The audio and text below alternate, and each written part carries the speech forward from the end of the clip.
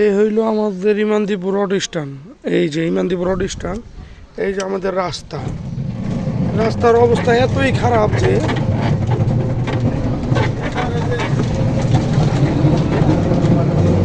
মানে রাস্তার অবস্থা যে এতই খারাপ কি বলবো, কোনো কিছু বলার নাই, বলার কোনো ভাষাই নাই।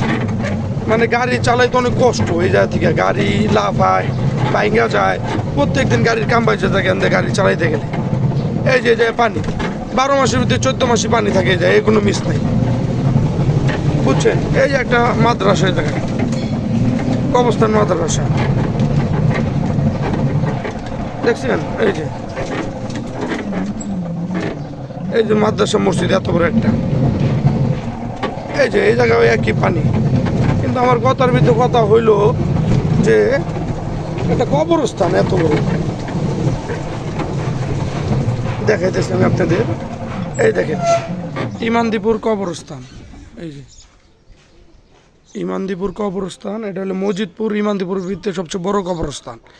এই যে সামনে যে বৃষ্টির সিজন আইতাছে, এই যে মানুষটি কেমনে করে এটি কবর দিবে, লাশ আনতে তো অনেক কষ্ট, লাশ তো আনতে অনেক কষ্ট। আমার কথার ভিতরে কথা হইলে এত কষ্ট হলে লাশ কেমনে আনবে, যে রাস্তার অবস্থা অনেক খারাপ। এই রাস্তাটা কি পৌরসভার লোক দেখে না? পৌরসভা থেকে কি ঠিক করে না? কি বলবো, কাকে বলবো, কেউই তো দেখতেছে না। 13-14 বছর ধরে রাস্তার অবস্থা এরকম। 13-14 বছর হয়েছে যে রাস্তার অবস্থা রয়েছে। গাড়ি লাফাই কেমন দেখছেন, গাড়ি কেমন লাফাই যাচ্ছে। এই জায়গায় একই অবস্থা। এই যে পানি, এত পানি, বৃষ্টি আইলেই মানে প্যাক কাদা দিয়া পড়া। এত বড় কবরস্থান লাশটি কেমন লয়ে আসবে? আমার কত লেটা। এই যে লাশটি তো সে হাইটা লয়ে আসে এত দূর থেকে।